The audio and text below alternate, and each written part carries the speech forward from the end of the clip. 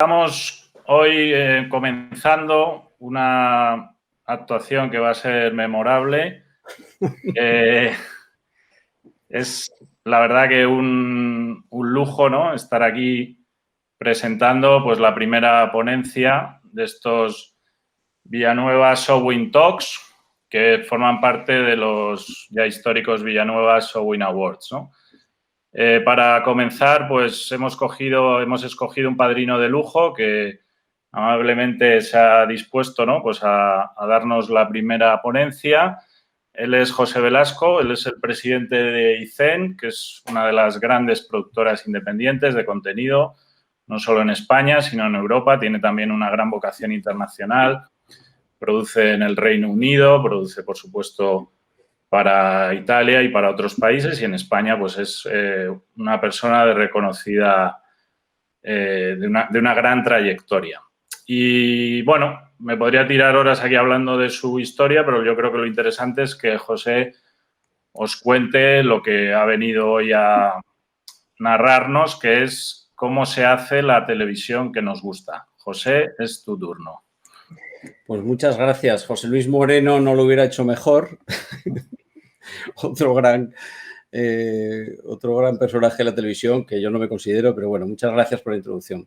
Bueno, pues gracias a todos. Estoy hablando conmigo mismo, realmente es una sensación rarísima, pero interesante, porque es verdad que es como hablar con una pantalla y que no te haga caso. O sea que, bueno, primero, buenas tardes a todos. Daros las gracias por estar aquí en este día tan estupendo, en esta fase tan estupenda en la que estamos, no sé en la que os toca a cada uno. Y nada, voy a intentar charlar con vosotros un rato y luego me encantaría generar una conversación en la que me preguntéis cosas y os cuente. Porque en el fondo esto de la televisión interactiva, que es el siguiente paso en el que vamos a empezar a hacer cosas, pues es mucho más divertida que la televisión lineal, en la que si te aburres, pues no tienes más remedio que aguantar al orador de turno. Os cuento, el título ya empieza, pues como hubiera empezado José Luis Moreno, con un word promising formidable. ¿Cómo hacer la televisión que nos gusta? Bueno, pues tengo que deciros una cosa que es importante, que es que realmente es imposible saber cómo se hace la televisión que nos gusta. Hay un señor que se llama William Goldman, que es un genio que hizo desde Marathon Man hasta Algunos hombres buenos, y es uno de los script doctors más importantes de Hollywood, y dijo esta frase, con lo cual yo creo que nadie, y yo mucho menos que nadie, ni ahora ni nunca tiene la menor idea de lo que va a funcionar en la pantalla. Con lo cual, deciros cómo se hace la televisión que nos gusta me parecería una presunción por mi parte. Con lo cual, no se puede saber cómo es la televisión que nos gusta, y realmente con esto yo creo que lo tengo dicho todo. Gracias a la Universidad Villanueva por haberme dado esta oportunidad, pero lo breve, si bueno, 2 veces bueno, y a partir de aquí, pues poco más.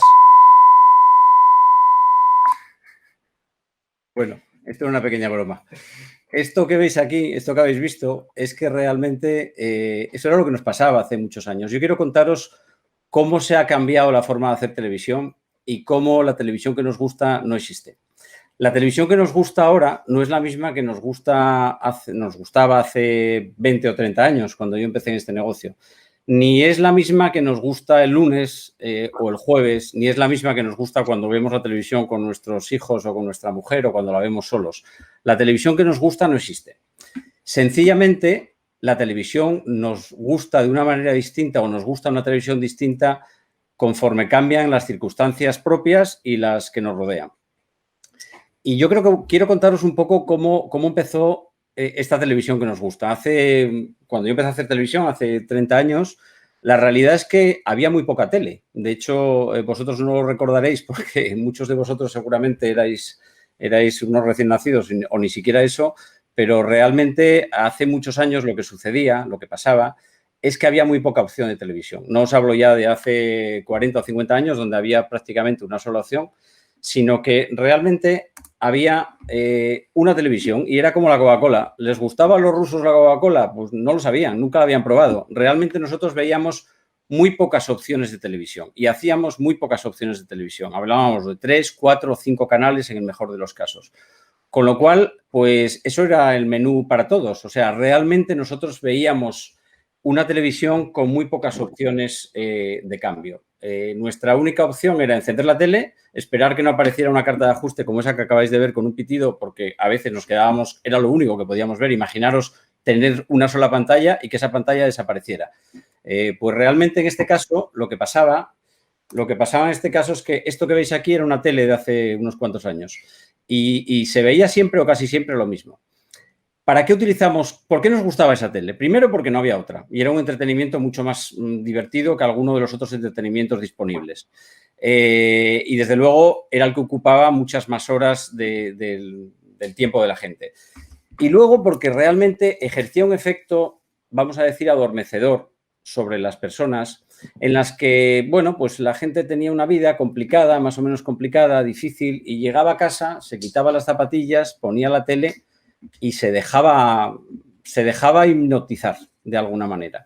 Era una perdona, José, simplemente si podéis poner la pantalla, me dicen en pantalla completa el PowerPoint.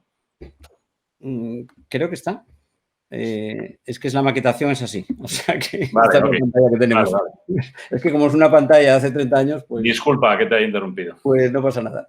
Entonces lo que pasaba era eso, que la sociedad de alguna manera tenía una tele que reconfortaba o replicaba sus propios valores. La tele no la hacía la gente, ni la elegía la gente, simplemente la veía. Y la tele estaba hecha por una especie de sabiduría, digamos, convencional, en la que los que hacían la tele sabíamos cómo se hacía y le explicábamos a la gente o decidíamos lo que la gente tenía que ver. Y entonces, curiosamente, se producía una interacción, si tenemos en cuenta además que la cantidad de horas que la gente veía la tele y la cantidad, digamos, de personas que veían cada programa, estamos hablando que hace 20 años, pues no era extraño tener programas que tuvieran 5, 6, 7, 8, 9, 10, 12, 15 millones de espectadores. Con lo cual prácticamente veíamos lo que nos ponían y no ver lo que nos ponían hacía que estuviéramos absolutamente out y fuera de juego. Entonces, lo que pasaba entonces era que no solo la televisión no era influida por la sociedad, sino que la propia televisión influía en la sociedad.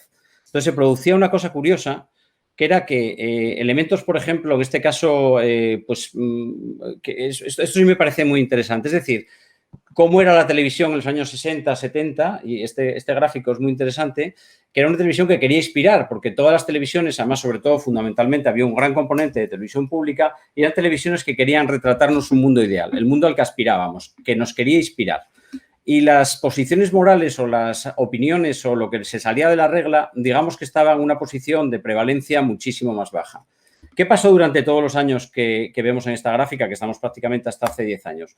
Pues pasó que realmente el planteamiento, digamos, de ambigüedad moral, de dudas, creo que me he saltado. Realmente lo que se producía era que nosotros estamos viendo cómo la tele nos empezaba a cuestionar qué es lo que teníamos que hacer. Y vemos que según la sociedad fue avanzando y la televisión fue modificándose, la inspiración y la aspiración moral cambiaban totalmente. Estamos entrando ya en la época de los realities, mirar dónde se disparan el gráfico, donde realmente la televisión que inspiraba desaparecía y la televisión que no tenía criterios de ningún tipo morales simplemente prevalecía. La gente veía, por supuesto, los realities, la gente, estamos en el año 2010, en el año en el que se empezaron a inventar todos los sucedáneos de los realities en nuestro país y en todo el mundo. Entonces, es interesante ver lo que pasaba entonces. Lo que pasaba entonces era exactamente eso, y además hay datos, por ejemplo, curiosos. ¿Quiere decir que la sociedad no influía en la televisión? Sí, también influía. Veamos cómo influía, por ejemplo. Los contenidos de fantasía, imaginación, ciencia ficción, etcétera, y el desempleo estaban increíblemente ligados y son datos curiosos. Es decir, también la televisión reflejaba las tendencias sociales. Es uno de los datos más curiosos que encontré intentando compartir con vosotros cosas interesantes. Vemos como la fantasía y la imaginación van paralelas al desempleo, con lo cual me imagino que la próxima tendencia en series y en programas pues será, no sé, ponernos todos una capa y salir volando, porque realmente lo que parece es que la interacción que hay entre los efectos sociales y la televisión que se hace es importante. Entonces, ¿cómo se hacía la televisión que gustaba en aquel momento? Primero, no sabemos si gustaba porque no había otra. Yo me temo que en parte sí. Pero realmente lo que sucedía es que a veces la sociedad tenía tendencias que influían en el contenido y el propio contenido generaba tendencias en la sociedad. Entonces, a partir de ahí se generaba una interacción casi unilateral, en un sentido, hacia el espectador, y todo eso fue cambiando poco a poco según fueron evolucionando los años. Disculpa, José, es que me dicen por el chat que no se está compartiendo la pestaña correcta, que no se está viendo la gráfica que estás citando. Se ha quedado en la primera. Ahí sí, ahí yo creo que sí. ¿La veis ahora? Yo sí, te confirmo, pero vamos, sí, sigue. Si queréis lo pongo aquí, no sé si puedo. Que yo creo que... A ver, un segundo. Bueno, lo que intentaba... A ver, un segundito. Un momento, a ver si podemos... ¿Esta la veis? Esta es interesante que la veáis. ¿La podéis ver? Le puedo dar desde aquí si queréis. ¿La veis ahora mismo? Te comento. ¿Sí? Yo sí la estoy viendo. Yo estoy viéndolo. Sí, se ve perfectamente. Vale, bueno, pues lo hago así en formato más pequeño. Bueno, es un ejemplo de lo que os decía de interacciones entre sociedad y televisión. Entonces, ¿cómo se hacía esa televisión entonces? ¿Qué empezó a pasar entonces? Pues empezó a pasar que evidentemente en ese momento, después de esa televisión en la que digamos que se hacía lo que alguien decidía que se hiciera con una relativamente baja interacción en el otro sentido, sino que digamos que la televisión modificaba más la sociedad que la sociedad de la televisión, en ese momento la televisión que gustaba solo había que hacer algo que funcionara razonablemente, le gustara a la gente en general, pero no teníamos capacidad de medir cómo era esa interacción. ¿Qué pasó después? Pasó que empezaron a llegar los datos, las audiencias, los cualitativos, los focus groups, la combinación de clústeres de información, etcétera.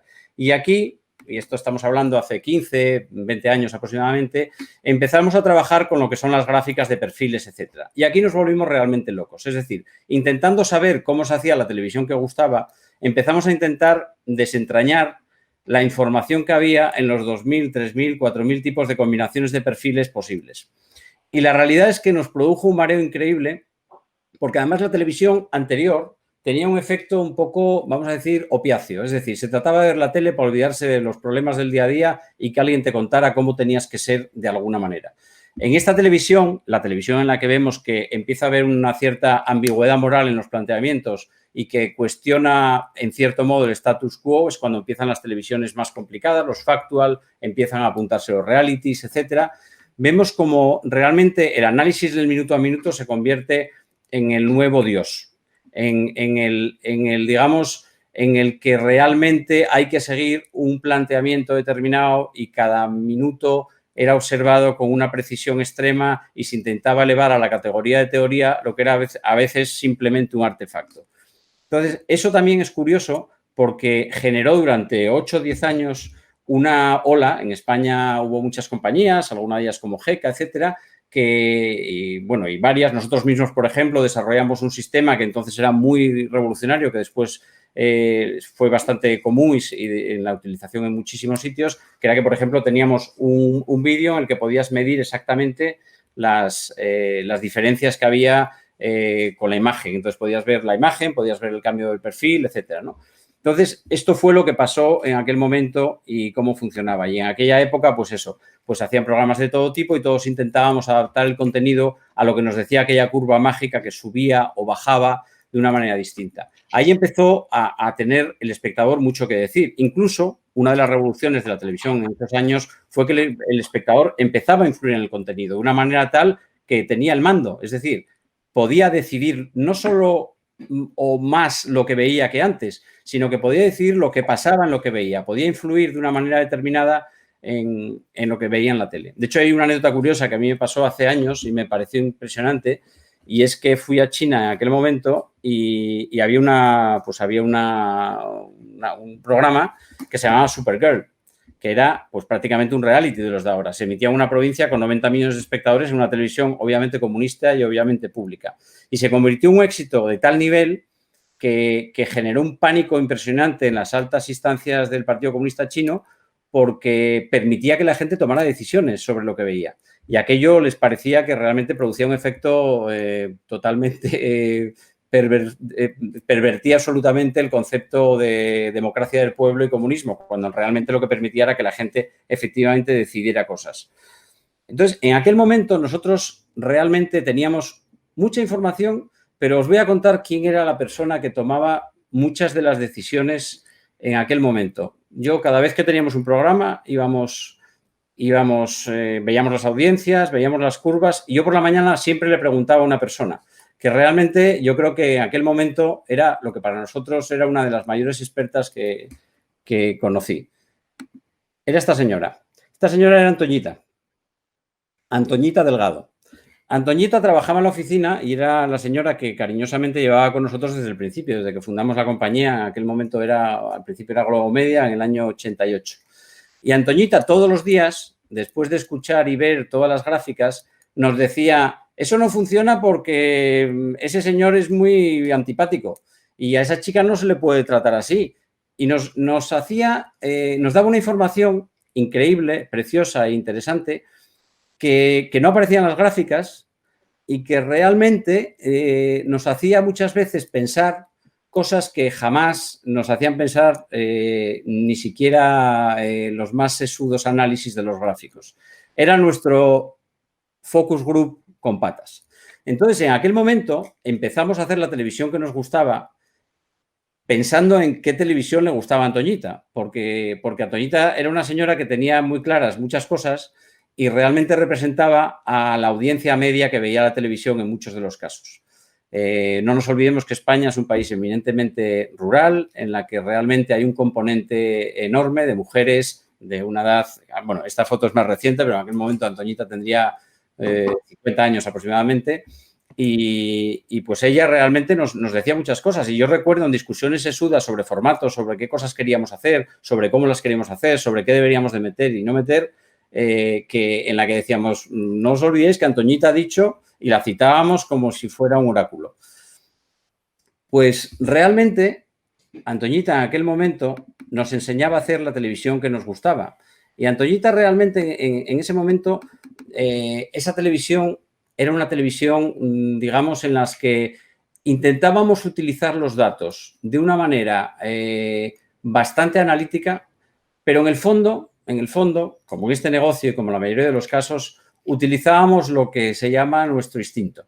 Utilizábamos una mezcla de información combinada, de intuición, de prueba de ensayo y de error y a veces simplemente de suerte, vamos a decirlo todo, en la que os podría contar que pues Gran Hermano fue una cosa que salió en laboratorio y que tal, pero la realidad no fue así. O sea, muchas de las cosas que se inventaron en aquella época se inventaron por casualidad, se inventaron porque los programadores tomaban decisiones, los productores nos subíamos en esa ola e intentábamos explicar a través del contenido lo que queríamos que podía funcionar y de repente aparecía un cisne negro, como podía ser un reality, como podía ser OT o como podía ser cosas de ese tipo, que invadían la televisión y cambiaban la forma de verla.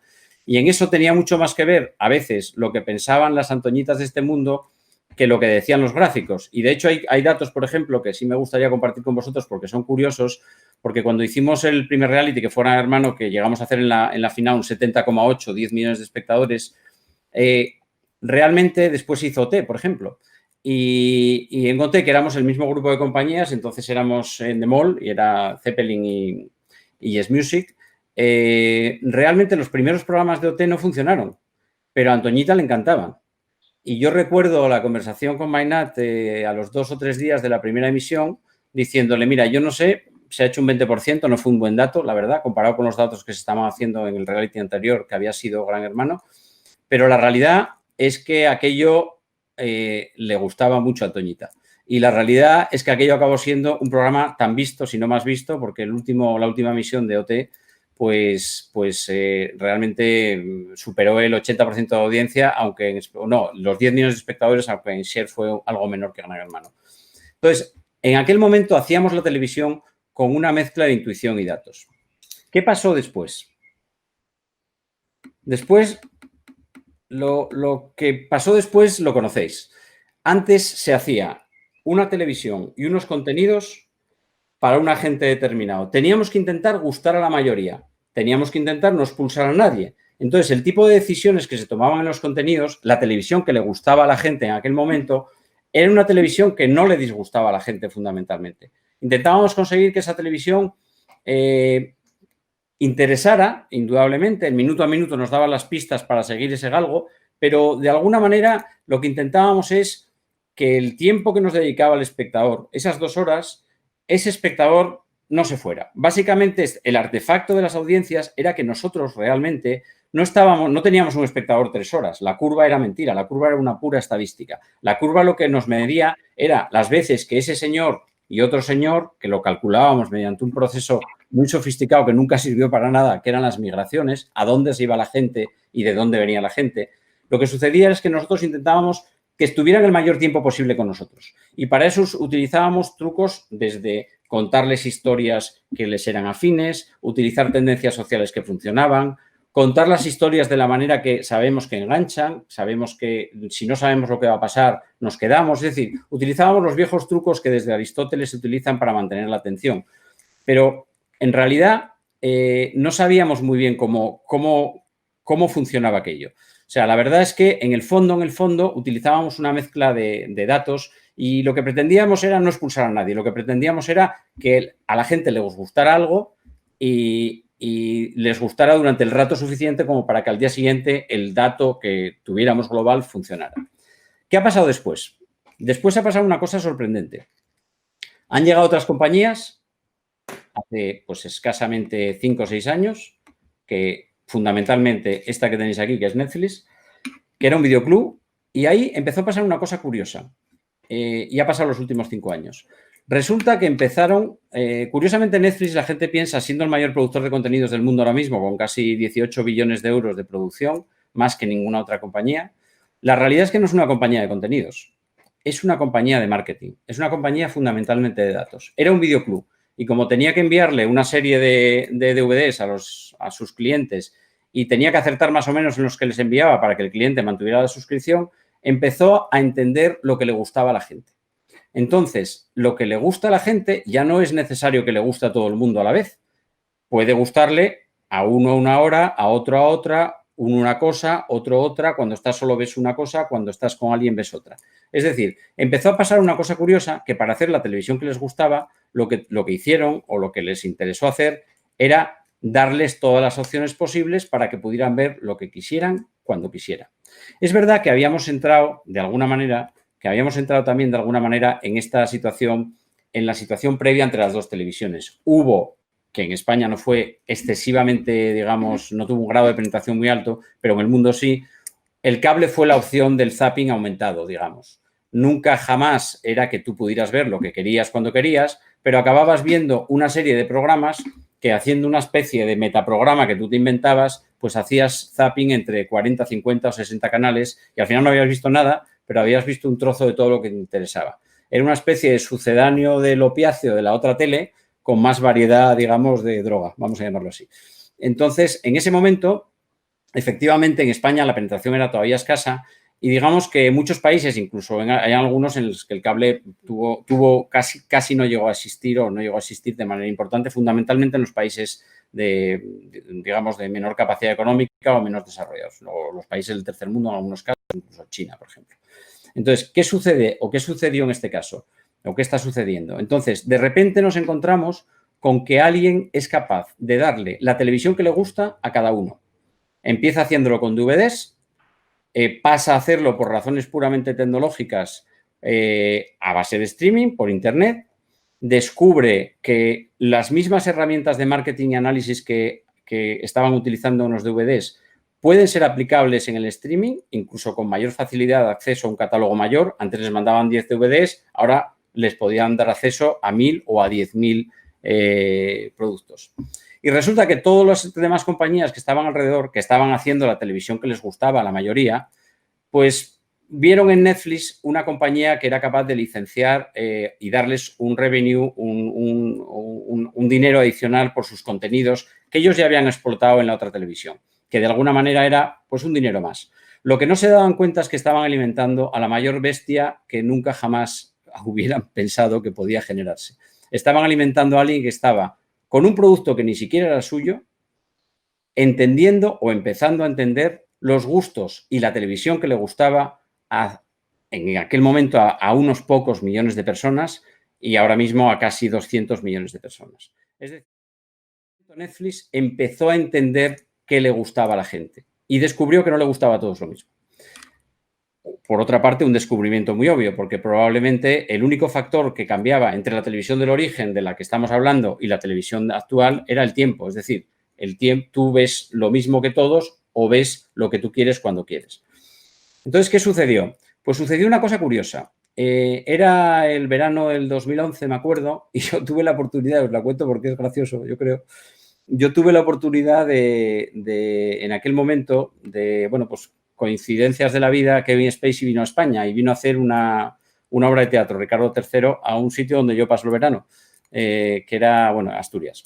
Entonces resulta que Kevin Spacey estaba 10 días allí y, bueno, pues no tenía nada que hacer y yo conocía a la gente que estaba haciendo la obra y tuve la oportunidad de estar dos o tres noches, entre comillas, con un señor que se aburría allí, que era Kevin Spacey, y como nadie hablaba mucho inglés por allí, pues me tocó tomar unas botellas de sidra con él. En aquel momento estaba haciendo, pues, House of Cards. Y me contó una cosa curiosísima, entre culín y culín, me refiero de sidra, que fue que dice, es que me han propuesto una cosa, estamos haciéndola y yo la verdad es que nunca había visto nada parecido y tal. Resulta que hicieron un estudio con todos los datos que entonces Netflix manejaba y resulta que con esos datos llegaron a la conclusión que una serie que fuera de un político, digamos, en este caso era un senador republicano, que estuviera protagonizada por Kevin Spacey. Y curiosamente llegaron a utilizar datos como gente o directores que hacían películas que le gustaban a los espectadores de Netflix, como David Fincher, que fue el director de la primera temporada, pues llegaron a la conclusión que esa combinación podía conseguir un producto ganador. Curiosamente, a la vez, la misma combinación empezaba entonces Amazon, empezaba a hacer sus primeros pinitos y Roy Price, que entonces pues era la persona que empezaba a desarrollar el concepto que ahora es Prime Video, pues hizo el mismo estudio con datos que no tenía tan exhaustivos, pero sí tenía muchos datos cualitativos y de datos de Amazon de e-commerce y llegaron a la misma conclusión, que había que hacer una serie política también con un senador, también curiosamente era demócrata, pero lo cambiaron a republicano, y entonces resulta que llegaron a la misma conclusión. Y entonces Kevin Spacey decía, claro, yo no entiendo qué van a hacer, porque esta gente van a hacer todos los episodios, los van a poner todos a la vez, y es como que lo están haciendo con un cierto grado de conocimiento de lo que va a pasar. A él le pagaron muchísimo dinero entonces, el presupuesto de la serie era una locura entonces para un recién llegado como era Netflix, $100 millones. Y ahí se hizo House of Cards. Un año y medio después, House of Cards se estrenó y se convirtió en un éxito brutal. Y sin embargo, y lo cuento porque seguramente nadie y ninguno de vosotros conocerá cómo se llama la serie que hizo Amazon, que la hizo, se llamaba Alpha House. También tenía un actor conocido, John Goodman, que era, pues, alguien venía de Roseanne y había hecho un montón de películas con mucho éxito. Tenía incluso a Bill Murray en la primera temporada, tenía una de las, tenía dos actrices muy conocidas también, pero no funcionó, hicieron una comedia y no funcionó. Y entonces, eso nos lleva a un planteamiento que me encantaría contar inmediatamente, porque, bueno, lo que hizo, un segundito que se me ha ido aquí el invento. Lo que hizo en ese momento, Netflix fue hacer exactamente esto, que es darle a cada papila gustativa de su público lo que querían. Pero además lo que querían a veces no eran ni géneros, porque ahí os pongo Jaime Lorente porque ahora estamos haciendo una serie con él para Amazon, el Cid, pero también hicimos un estudio y nos salió que a la gente le encantaría ver una serie de Jaime Lorente y que por otra parte le encantaría ver una serie histórica, pero a otra gente le gustaría ver el Cid. Entonces, estas mezclas aleatorias que hizo de alguna manera,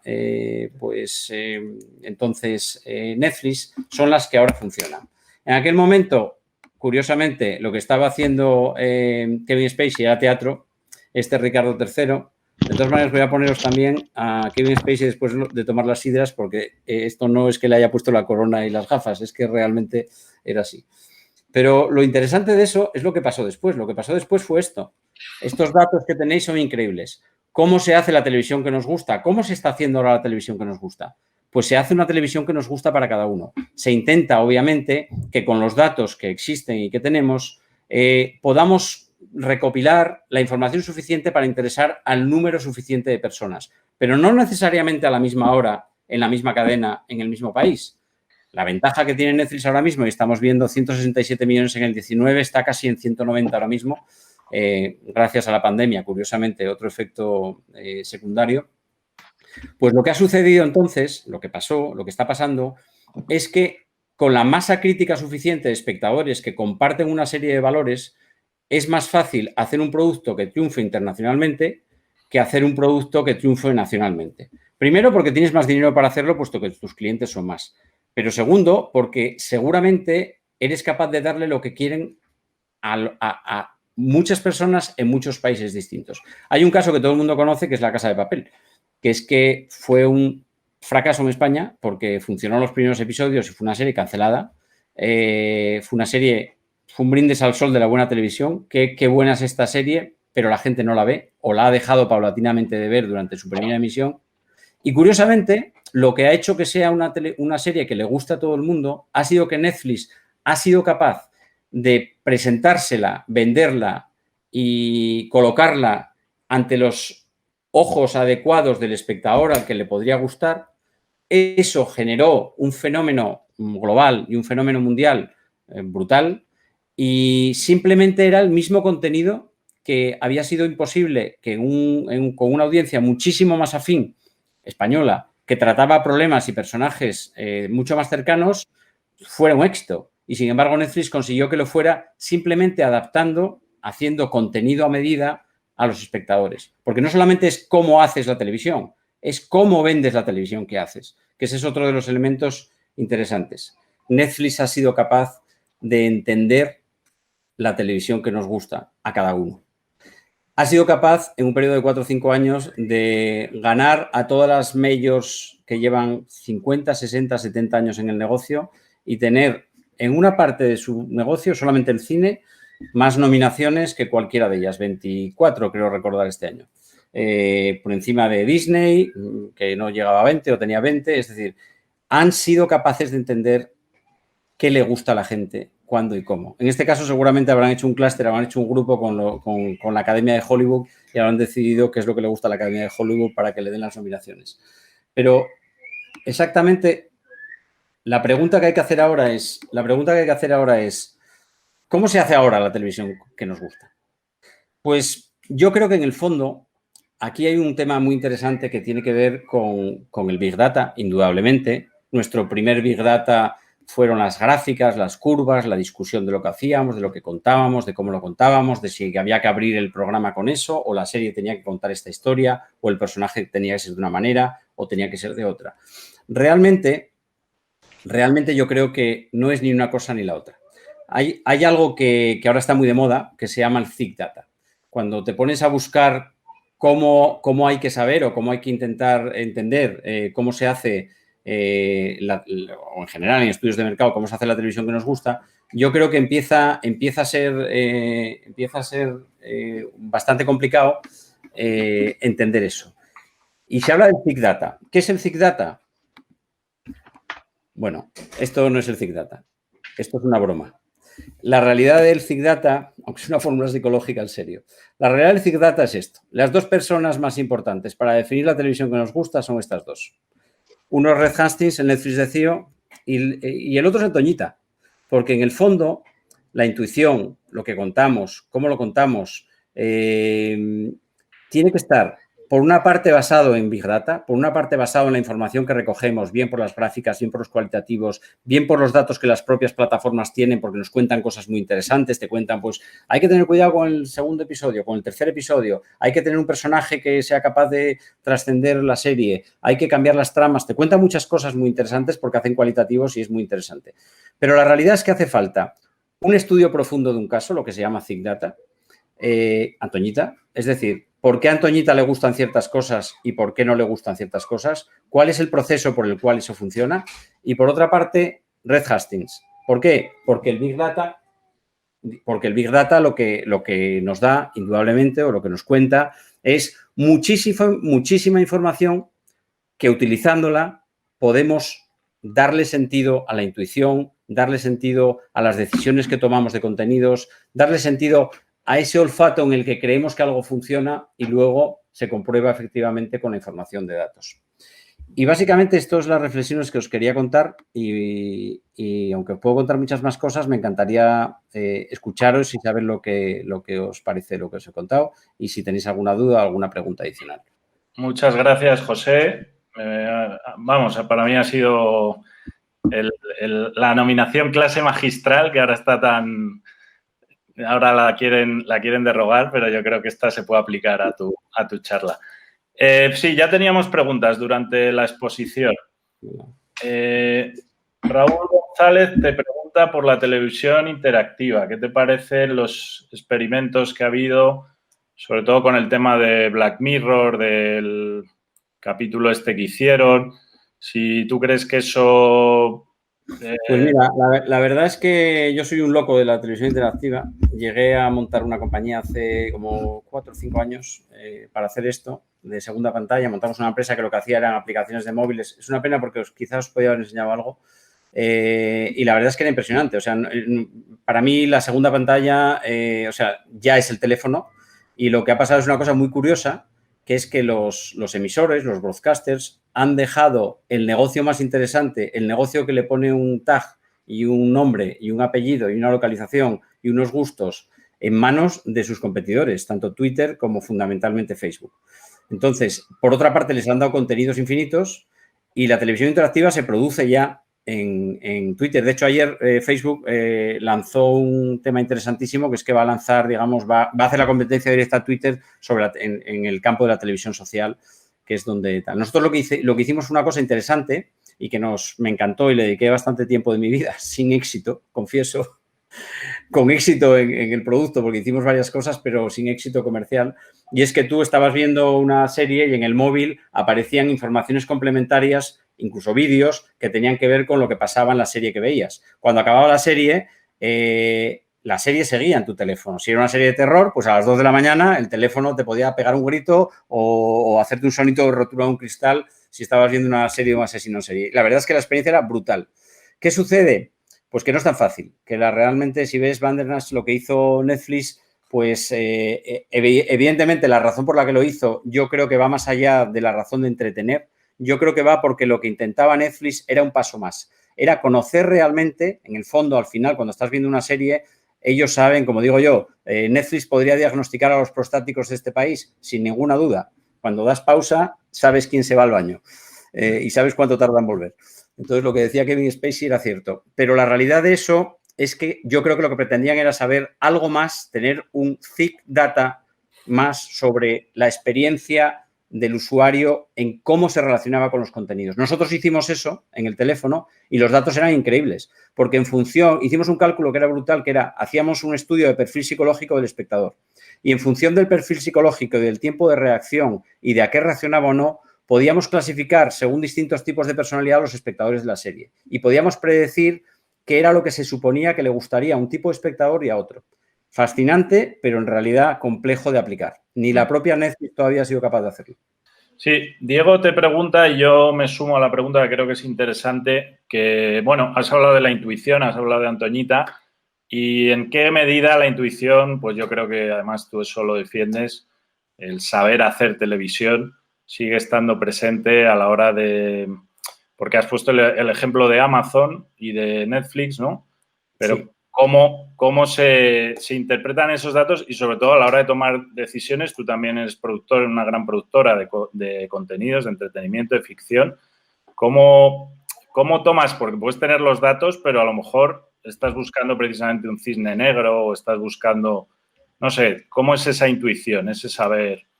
Pues la verdad, yo creo que vuelve a ser Big Data, pero esta vez sin organizar. Es decir, yo creo que el mayor ordenador que tenemos es el cerebro. Hay una cosa que se llama la ínsula cerebral. Mi pasado soy médico y te digo que realmente tienes que apelar. Y además eso es curioso porque es otro de los elementos interesantes que tampoco conté antes, pero bueno, quizás es un momento para contarlo. Realmente cuando tienes que hacer televisión para mucha gente, tienes que bajar en el nivel de estimulación cerebral del córtex a la ínsula y al sistema límbico, incluso al cerebro reptiliano. Porque cuando te diriges a muchos es el mismo efecto que cuando hablas en público. Para 1000 personas, pues Hitler jamás hubiera convencido a nadie en un one-to-one, probablemente, pero era un genio en convencer a las masas porque utilizaba elementos que apelaban a, bueno, a lo más animal que tenemos. Yo creo que efectivamente ese es el elemento. Es decir, al final tienes que hacer una televisión que procese los sentimientos y la información. Hay una manera de contar que engancha, siempre la hay. O sea, el misterio funciona siempre. Si no sabéis lo que voy a decir dentro de un poco, esperáis a que lo diga. La anticipación funciona siempre. No saber cómo acaba algo funciona siempre. Aristóteles ya lo escribió hace muchos años y hay miles de libros que lo explican. Entonces, yo creo que efectivamente ese es el dato. La intuición es una mezcla de datos tratados por el cerebro del productor, pasados por el cerebro del commissioner de la cadena y en el caso de las plataformas, pasados por los computadores de Netflix o de Amazon. Tenemos ya bastantes preguntas. Bueno, te voy contando. Beatriz dice, hola José. ¿El Big Data cuenta con la diversidad social que tiene ahora España? ¿Se tienen en cuenta las diferentes culturas que conforman nuestro país para crear esa televisión que también se consume? Y también apunta si esa diversidad crees que existe en los equipos, que yo creo que también es un tema interesante, ¿no? Sí. Bueno, mira, yo creo que sí existe porque si el Big Data es precisamente eso, diversidad.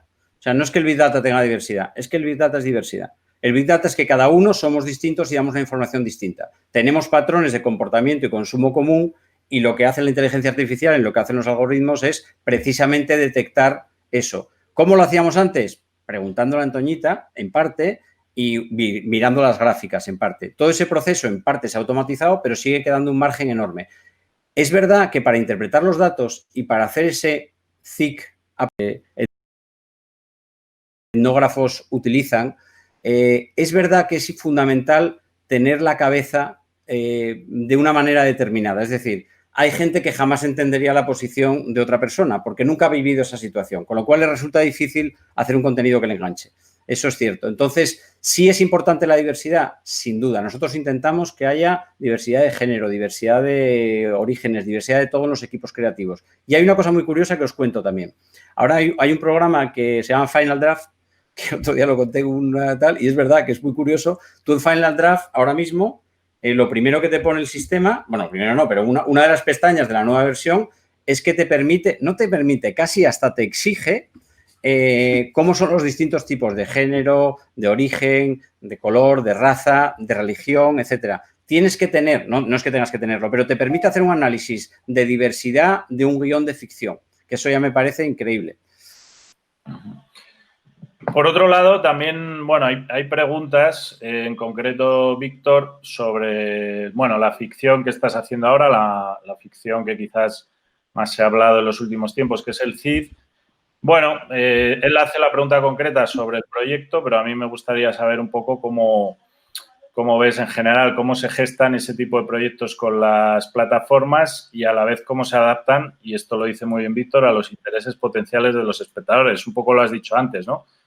Que la gente quería una Jaime Lorente, pero también quería el CID, ¿no? No sé si quieres apuntar. Pues mira, es curioso porque este es un ejemplo de libro de lo que estoy contando. Nosotros fue un proyecto que se hizo hace casi 7 años, que cada vez que lo íbamos a contar nos miraban como si hubiéramos estado con Kevin Spacey 2 tardes seguidas y tomando sidra, pero bueno, el CID, no sé qué, bueno, y la realidad es que nos pareció una idea brutal. Es continuamente mata por tener héroes y nosotros resulta que tenemos un héroe y lo politizamos. Y entonces nos parecía, bueno, pues el único guerrero existente medieval, el único mito, ni Rolando ni el rey Arturo existieron y el Cid existió. y además no perdió una batalla en toda su vida y además está documentado y fue un personaje que fue mucho más allá de ser un guerrero, sino que fue un personaje que cuestionó el statu quo de la época, ¿no? Entonces, curiosamente, nos pareció un personaje fascinante. Y cuando fuimos a contarlo, cuando llegó Amazon a España, que llevaba muy poco tiempo, pues la realidad que lo cuento porque fue así. Pues nos encontramos una persona que venía, aterrizaba allí, llevaba 2 semanas trabajando y le contamos la historia, no venía de este sector, creo que se va a convertir en una de las personas más importantes de este sector en los próximos años, que es Ricardo Carbonero de Amazon, y dijo, me parece una historia increíble. Y se quedó así y dijo, y además yo soy de Burgos. Con lo cual, bueno, pues en aquel momento dijo, no sé cómo hacemos porque acabo de llegar, llevo 2 semanas aquí y tal. Y la verdad es que le gustó tanto que dijo, oye, ¿os importaría ir a Los Ángeles a presentarlo? Y yo dije, pues nada, nos cogimos un avión y nos fuimos. Nos fuimos a ver entonces a Morgan Wandel, que es ahora el responsable de Apple, y le fuimos a contar la historia y bueno, pues cómo empieza y cómo acaba y tal. Y bueno, el caso es que nos montaron esta reunión con 5 o 6 los tíos más importantes de Apple, el commissioner global de Amazon, perdón. Y resulta que bueno, pues que había otra persona allí que dijo, esto es increíble, esto va a funcionar. Había otra persona latinoamericana que dijo, bueno, además había otra cosa increíble, había una estatua muy cerca del sitio de donde estábamos, hay 5 estatuas en el mundo del CID. Y entonces, claro, de repente todos se dieron cuenta que era un héroe conocido. Y a partir de ahí, pues entró el Big Data, hicieron un test y le salió que aquello realmente tenía muchísimo potencial. O sea, que es una mezcla perfecta de lo que estamos contando. Fue alguien que creyó en un proyecto porque desde sus guts, desde sus entrañas, se lo creyó, su intuición le dijo que funcionaría y al americano seguramente le convencieron más los datos. Bueno, esta es una pregunta quizás más de alumnos, ¿no? ¿Cómo te mueves o qué consejos darías a gente que está empezando? ¿Cómo te mueves con las plataformas cuando no tienes acceso a ese Big Data, ¿no? Porque siempre, antes has hablado de William Goldman, ¿no? Que era el guionista puro, ¿no? De hago un guión original, a veces decía. Pero dice Carlos que, bueno, que da un poco de miedo el tener un proyecto, dejarse mucha pasión ahí y, sin embargo, luego, pues, que te lo tiren a la primera de cambio porque no coincide con estos análisis de mercado, ¿no? Bueno, análisis más. Yo creo que vender es como ligar. Es pura estadística. Hay que intentarlo muchas veces hasta que hay que besar muchos sapos hasta que encuentras a la mujer o al hombre de tu vida.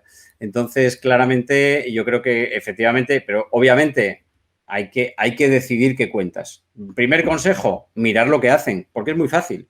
Yo, por ejemplo, pues teníamos que hacer un pitch a Apple. ¿Qué hice? Pues me vi lo que estaban viendo y me di cuenta, cuando empecé a verlo, me di cuenta que cuando iba para la cama con Netflix, porque es otro de los efectos curiosos. Yo antes hablaba de los opiáceos de la televisión de los 90, pero es que ahora mismo esto no es un opiáceo, esto es LSD, es droga dura. Realmente es un viaje. Tú te metes a ver una serie y es que no puedes parar de verla. No puedes parar de verla. Es decir, el grado de entretenimiento, el tipo de entretenimiento que te da ahora mismo una plataforma es completamente distinto que el que te daba la otra tele. Y cada plataforma, si os fijáis, no tiene el mismo perfil. Es decir, ¿qué pretende Netflix? Netflix pretende que te vayas para la cama, que no te vayas para la cama, que veas todos los episodios y que en el binge watching seas capaz de verlos uno detrás de otro, porque quieren hipnotizarte. Es que te guste mucho lo que ves, no que te guste algo lo que ves, que era la televisión de antes. Necesitamos a 10 millones de locos de La Casa de Papel.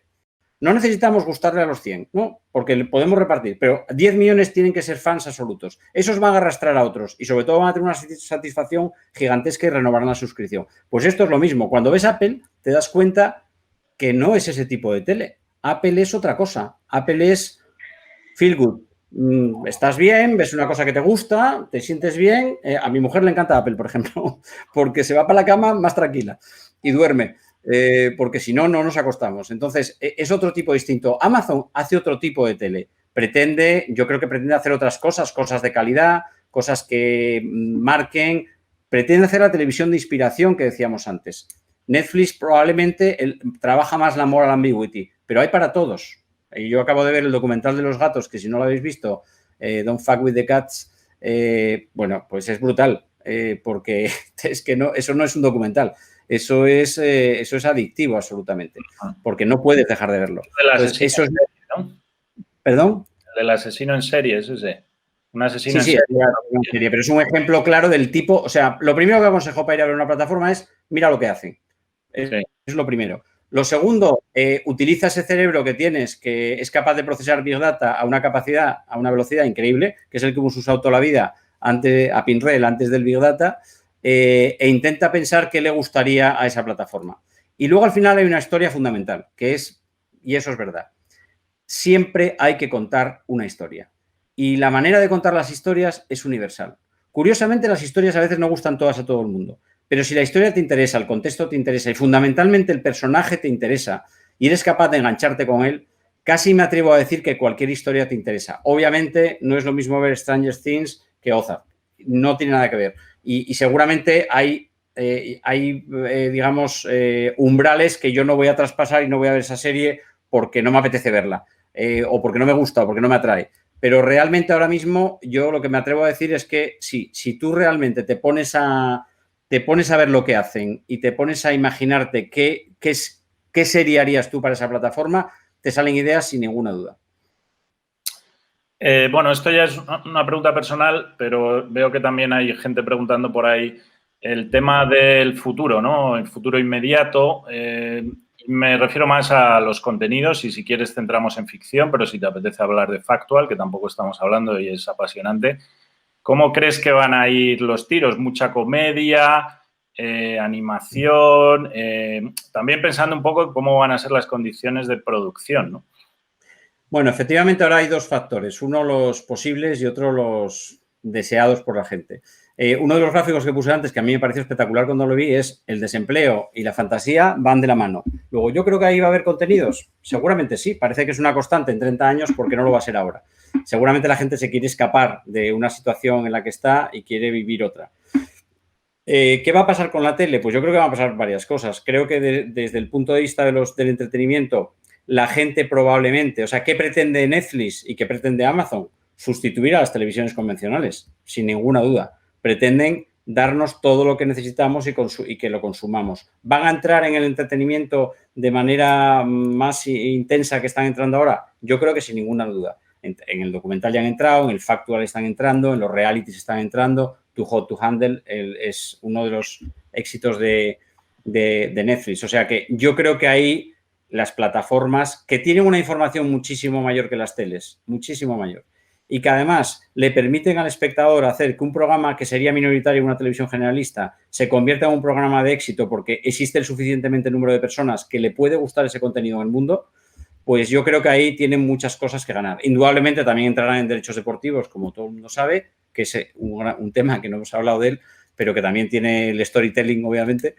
Y yo creo que al final, ¿por dónde van los contenidos? A mí me parece que van a ir, como han ido históricamente, a descubrir nuevas historias contadas de otra manera distinta. Yo creo que esta pandemia nos va a marcar a todos en muchos sentidos y nos va a llevar a una televisión distinta y seguramente, así como la televisión de antes nos la ponían, ahora la televisión de ahora viene creada por esos contenidos que seguramente no son inspiracionales. Es como cuando todos nos preguntaban en las estadísticas de hace 20 años que veíamos la 2 y luego resulta que la 2 hacía un 4%, si no son relevantes, son los que realmente vemos. Una cosa es lo que decimos que queremos ver o vemos y otra cosa son los que vemos. Y entonces, ahora Netflix, ¿qué está haciendo? ¿Y qué está haciendo Amazon? ¿Y qué están haciendo otros? Pues ponernos los que vemos más. Eso tiene algunos peligros que luego, si queréis, analizamos. Apasionante, sí, que no se nos olvide eso para el final. Me preguntan también la combinación del binge, ¿no? Del atracón con la emisión semanal, que estamos viendo que algunas compañías, bueno, pues ya esto no es nuevo, ya lleva un año, pero hay series que se emiten siguiendo los parámetros de la televisión convencional. ¿Qué opinas de eso? Si hay... Bueno, yo creo que es una estrategia del que no puedo hacer otra cosa, sinceramente. Creo que si tú tienes la capacidad de tener una suficiente profundidad de catálogo como para darle a todo el mundo lo que quiere cuando quiere, sin duda lo haces. El problema es que es verdad que cuando tienes un catálogo con menor profundidad, probablemente, y cuando tienes un grado de enganche a tu plataforma más bajo, probablemente lo que sucede es que necesitas hacer que vuelvan, que necesitas que justifiquen. Es una manera de engancharte en el largo plazo a una suscripción que Netflix se la gana a base de meter 18 billones de euros y todos los contenidos posibles, Amazon a base de meter mucho dinero y haciendo un poco más de curation y de selección de la calidad del contenido, y otros se la tienen que ganar, o a veces se la ganan, pues poniendo de vez en cuando algo para que tengas que volver la semana siguiente y no te des de baja. Es una pura estrategia comercial de respuesta, digamos, condicionada a volver a la misma plataforma. Vale, esa era una pregunta de Óscar, que no lo he dicho. Y luego Esteban y otro, y ahora diré quién es, también preguntan algo que yo creo que es un tema que ha estado en la pandemia, ¿no? Porque se anunció la salida de Quibi, ¿no? De esta nueva compañía que iba a hacer contenidos para móviles, y el pobre Jeffrey Katzenberg, ¿no? Creo que es el que estaba al mando, pues ha dicho ya que ha sido un fracaso. Y se habla y preguntan por el tema de si se va a dar más contenido corto, ¿no? Cortometrajes o formatos de poca duración. No sé qué te ha parecido a ti lo de Quibi.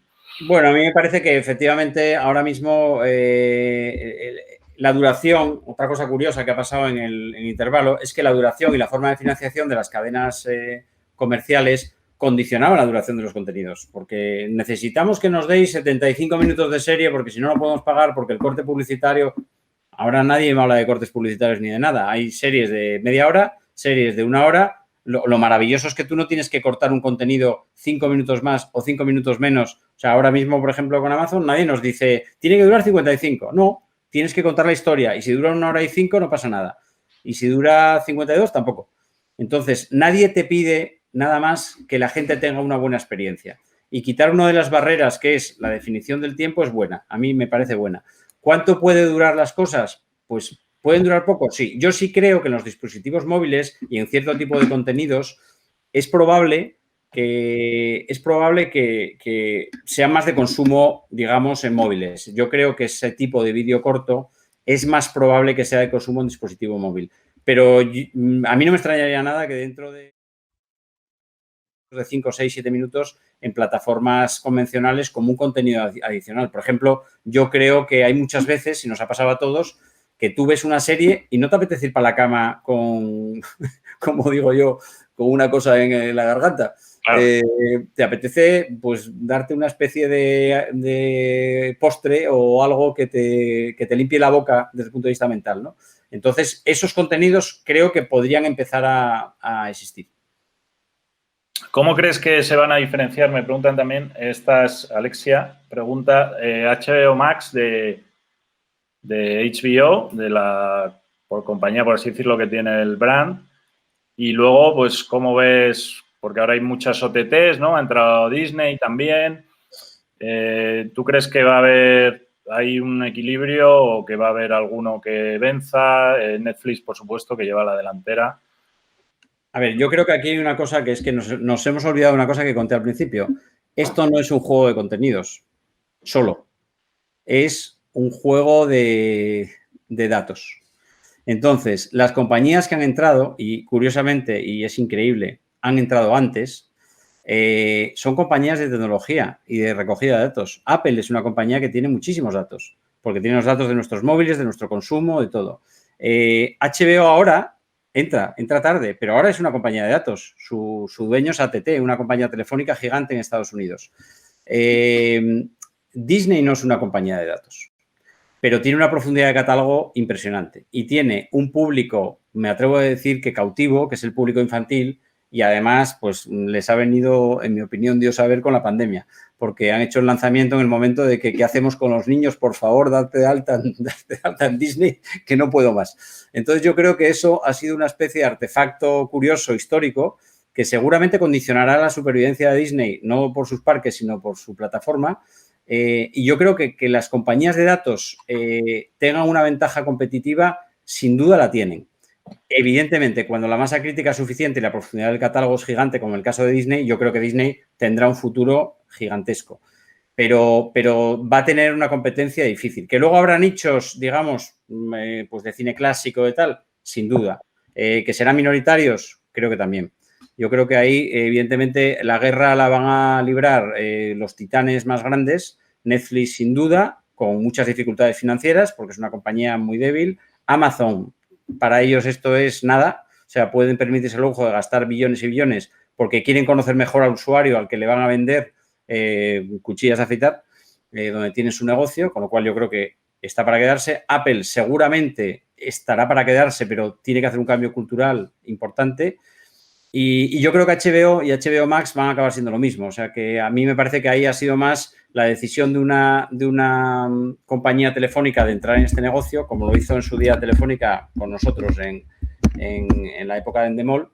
Y yo creo que en este caso pues, es una decisión acertada. Ahora, si podrán hacerlo o no, pues sinceramente el conocimiento lo tienen. Time Warner es una de las grandes compañías del mundo y tiene el dinero detrás de ATT. Necesita que esas dos culturas, que yo lo viví en el caso de la mezcla de Telefónica y Endemol a nivel muy pequeñito, que esas dos culturas se entiendan. Y no es fácil. Ya han cambiado al creador de HBO, bueno, hubo ahí sus guerras internas. Pregunta Alba por el entretenimiento, que, bueno, en Netflix hay entretenimiento, pero, o sea, programas, concursos, etcétera, pero en España como que no se consume mucho todavía ese modelo, ¿no?, de programas como Operación Triunfo o Gran Hermano, dice Alba, en Netflix. Tú también como productor de entretenimiento y de factuals y de formatos, ¿crees que las plataformas también hay sitio para ese tipo o...? No sé, ahora, por ejemplo, yo estoy viendo la parrilla Antena 3 y tiene 3 concursos, ¿no?, por la tarde. Entonces, no sé cómo crees. Yo creo que hay cosas, hay tipos de producto y formatos que siguen siendo esa televisión, digamos, de voy a ver qué ponen, voy a ver algo, tengo una cierta relación con ese contenido, ese programa y me gusta, me entretiene y me desconecta. Yo creo que la televisión que te desconecta y la televisión que te hiperconecta. Una genera una, si me permitís la expresión, es un fumadero de opio y la otra es un tripi. Entonces, son dos cosas distintas. Esa televisión que te adormece, entre comillas, todavía existe y existirá un rato y además tiene una gran ventaja, que es que los anunciantes todavía no han encontrado un modelo alternativo de reach o de alcance masivo en las plataformas. El día que las plataformas, porque les encaje en su modelo de crecimiento, estén dispuestas a dar un mensaje publicitario o de consumo, imaginémonos Amazon, que sabe que se nos han acabado las cuchillas de afeitar hoy porque las hemos pedido hace no sé cuánto, 3 semanas. Simplemente nos pone un pedido, una orden, un minuto antes de arrancar la serie, la efectividad de ese anuncio hiperpersonalizado, a mí que se me han acabado las cuchillas de afeitar, es altísima. Sin embargo, la de un broadcaster generalista, pues Antena 3 o Telecinco, pues está llegando a 2 millones de personas para darle el mensaje a veces a 100.000 o a 200.000. Los productos de gran consumo seguirán necesitando las televisiones generalistas, pero otro tipo de productos seguramente encontrarán en el nicho de las plataformas un mejor canal publicitario. Y cuando eso se acabe, seguramente el modelo de financiación de las teles estará en peligro. Bueno, ¿cómo es tu relación con Chalkboard, ¿no?, la productora esta que tenéis, creo que es en Escocia, que he visto que hacen unos factuals de estos chulísimos, ¿no?, super british. El contenido escoceses, el contenido local y el contenido global, ¿cómo crees que eso sigue? Bueno, pues mira, curiosamente nosotros montamos reuniones creativas, que lo llamamos muy finamente Creative Exchange, que suena muy bien. Y es curioso porque es verdad que los contenidos cada vez más, probablemente gracias a esa televisión que se hacía hace unos años, en las que todos acabábamos viendo lo mismo, porque hubo un momento que los responsables de las cadenas veían lo que había afuera y querían eso. Bueno, a veces funcionaba, a veces no, pero realmente el riesgo de equivocarte desde el punto de vista empresarial era bajo, porque te podías equivocar, pero nadie te podía decir por qué has hecho esto, pues porque funcionaba en otro país. Entonces, eso ha producido que nos hemos igualado, en cierto modo, en las audiencias, porque hemos visto los mismos formatos en los últimos 15 años. Una de las cosas que ha pasado en la televisión de los últimos 15 años es eso, que se ha uniformado y se ha globalizado, localizado el contenido. Entonces, ahora es verdad que sigue habiendo televisión muy inglesa y hay productos muy ingleses, pero también es verdad que nos hemos acostumbrado a ver a través de los canales temáticos y a través de Netflix y a través de Amazon productos de ese tipo. Entonces, cuando acabas viendo algo, le encuentras el punto y dices, es que en España les gusta otra cosa. Bueno, es que en España al principio tampoco nos ponían otra cosa y luego resulta que nos acababan gustando cosas que no te imaginabas. O sea, que la relación con ellos es estupenda, creamos juntos. De hecho, en el mundo documental, Natalie Humphries, que es la persona que lleva Storyboard, que es una filial de Chalkboard, pues era la persona que era el commissioner de BBC, era la persona que encargaba programas en BBC, jefe de Factual, concretamente, y hizo maravillas como todos los programas de David Attenborough, como Planeta Azul, como Blue Planet, vamos, hizo cosas increíbles y estamos intentando pues hacer ese tipo de cosas ahora, fundamentalmente para plataformas que son los clientes que más capacidad tienen para producirlas. Bien, vamos acabando. Bueno, hay algunas preguntas curiosas. Yo no sé si son temas, me preguntan aquí por el 3D, más por televisión interactiva. No sé, el tema de la innovación, de la tecnología, ¿cómo crees tú que se puede? Porque hay como un poco de escepticismo, ¿no? Porque hubo unos años que el 3D era lo más, luego pasamos al tema de la realidad virtual y ahora mismo hay varias personas aquí que dudan de que todo esto no sea, que la televisión, por así decirlo, aunque es muy innovadora, pero también es muy conservadora, ¿no? No sé qué opinas. Yo creo que lo que sucede es que la televisión es una cosa y los juegos son otra. Y creo que hay un porcentaje de solapamiento entre la gente que ve la tele y ve las series y ve los programas de televisión y los juegos. Y el solapamiento existe sin duda y se produce. Creo que los broadcasters y los emisores no han sido capaces de generar la interactividad que hubieran tenido muy fácil desde el teléfono. No han sido capaces. Pues por muchas razones. Porque ha habido compañías internacionales que lo han hecho mejor y más rápido, porque son compañías pequeñas locales que no han invertido en tecnología, porque tampoco lo han entendido del todo y estaban ceñidas a un modelo exclusivo de vender publicidad y punto. Y, bueno, por muchas razones. Yo sí creo que la experiencia interactiva va a ser increíble, pero probablemente no sea masiva. No todo el mundo está disponible. Una parte de la gente sí, y seguramente esa parte tiene que ver con el perfil gamer, digamos, el que le gusta jugar en general, es un perfil psicológico, pero creo que otra parte no lo hará. Creo que otra parte se quedará un poco quedándose, ya no voy a decir la televisión eso adormecedora, pero sí una televisión que simplemente no te obliga a hacer nada más. Pasamos de adormecernos delante de una tele que daba igual lo que nos pusiera a engancharnos totalmente, pero ninguna de las dos requiere mucha más atención que otra, pero no requiere un grado de esfuerzo digamos, de interacción, ¿no? Y ya para despedir, José, nos has hablado de cómo se hace la televisión que nos gusta, pero me gustaría que nos dijeras qué te gusta de lo que has visto últimamente. Y pues es muy fácil. Ver más que en otras épocas, quizás, ¿no? Te lo voy a decir, pregúntaselo a Netflix. Bueno, a mí me gustan muchas cosas. La verdad es que, no sé, ahora que estoy viendo... Algo que hayas dicho, me da vergüenza decir que estaba viendo este programa. No, el de los gatos me pareció alucinante, lo vi hace poco. Estoy viendo vi la última temporada de Ozark, me pareció muy buena. He visto cosas de Movistar, por ejemplo, Hierro, que me gustó, que no esperaba que me gustara tanto. Realmente me gusta más ficción que entretenimiento últimamente, pero bueno, pero la verdad es que me encanta el entretenimiento también. Yo creo que un entretenimiento bien hecho es fantástico. Y porque en el fondo, creo que el reality, del que yo soy un admirador total, lo que ha hecho es contar historias de verdad. Entonces, con eso también a veces, cuando se cuenta de la manera adecuada y de la forma adecuada, es muy difícil competir con la realidad, porque la realidad, en este caso, y como casi siempre, a veces supera la ficción. De hecho, a cualquiera que nos hubiera mandado hace no mucho tiempo una serie en la que habría 1.500 millones de personas metidos en casa, lo hubiéramos dicho, venga, chaval, eso no puede pasar. Y esto probablemente, después de Gran Hermano, es el mayor experimento de encierro de la historia. Muy bien, José, pues nada, te agradecemos la verdad toda tu sabiduría y esperamos también, ¿no?, que de aquí pues salgan muchos creadores y muchas creadoras de la televisión que nos guste, ¿no? Yo hay una cosa que me gustaría decir, que mamá quiero ser guionista, papá quiero ser guionista, chaval, estudia matemáticas.